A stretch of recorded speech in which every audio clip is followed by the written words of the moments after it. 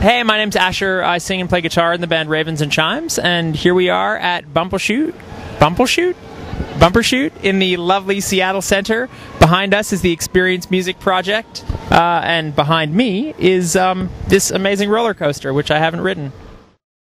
Well, it was, the label basically said, look, go online and check out how many bands there are called Lost at Sea, and it was absurd. And they were all straight edge hardcore bands from North Jersey and Long Island, and it was very generic.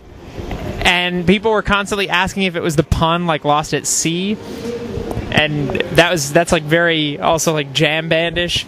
So I guess I didn't want to feel like our name was gonna lock us into a genre of music. So they go oh yeah, I know that name. That's they're straight edge hardcore, right? Or oh yeah, Lost at Sea. Those guys are freaking hilarious. I love that song about strawberry jam. You know, it's a very gothic name, I think.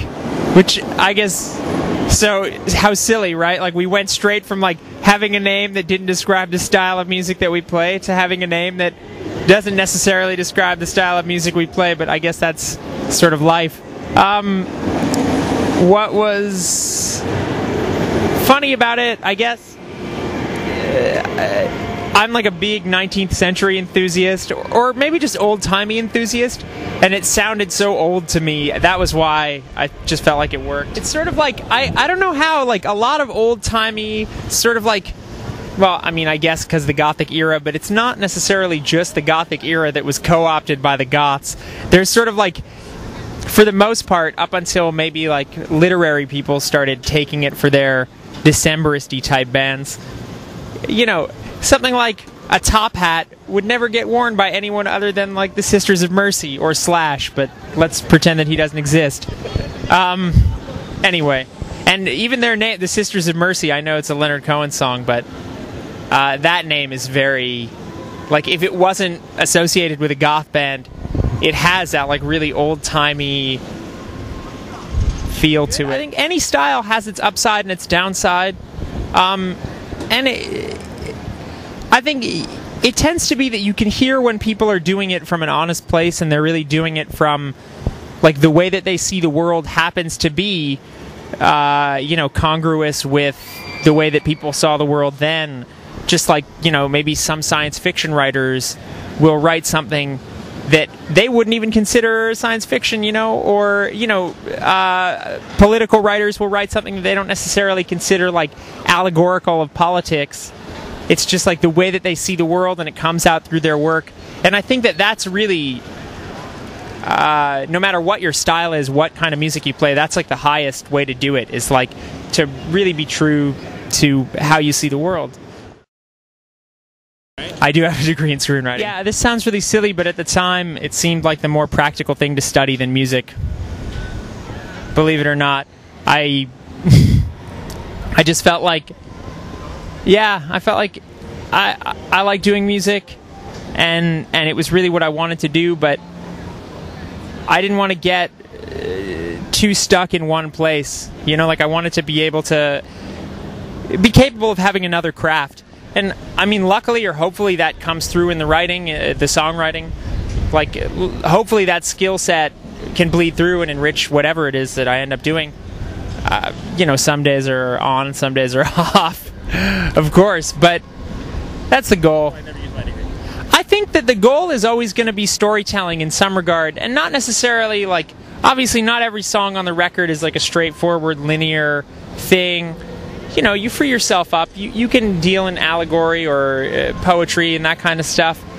So, but the goal is always going to be storytelling. Hopefully I can pursue it in any format and have the tools to do it. So I have a few old scripts kicking around that I wrote while I was in school.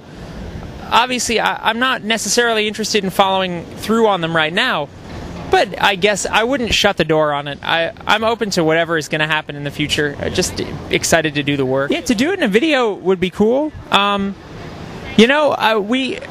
feel like I fell asleep at the wheel a bit on doing a video. We didn't necessarily get it done at the right time, and now I'm not so sure if it's we were so busy with first with the recording and then with the release And then with the subsequent touring, that a video sort of fell by the wayside while we were, you know, because when we get back to New York, we really have to put the screws to ourselves in terms of getting to work on our jobs and, you know, keeping our rent paid. We all know how to take care of it now. I think we got a good handle on, I think, running our lives and making the band work and all that. It seems to be getting a sense of focus and knowing what you have to take care of, when you have to take care of it.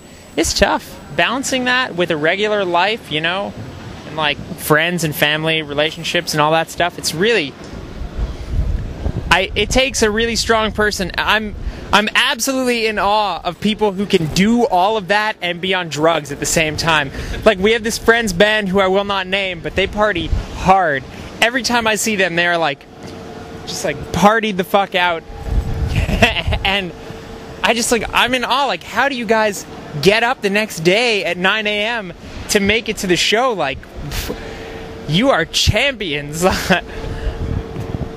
But yeah, I guess some things work for some people, and then you try it yourself, or you think about trying it, and it's just like, I don't know how that would work for me. And if you just keep believing, then I promise one day it will pour in all our windows, and then in books I'll press all its sweet flowers, lay in bed for hours, and I'll teach you to pull symphonies from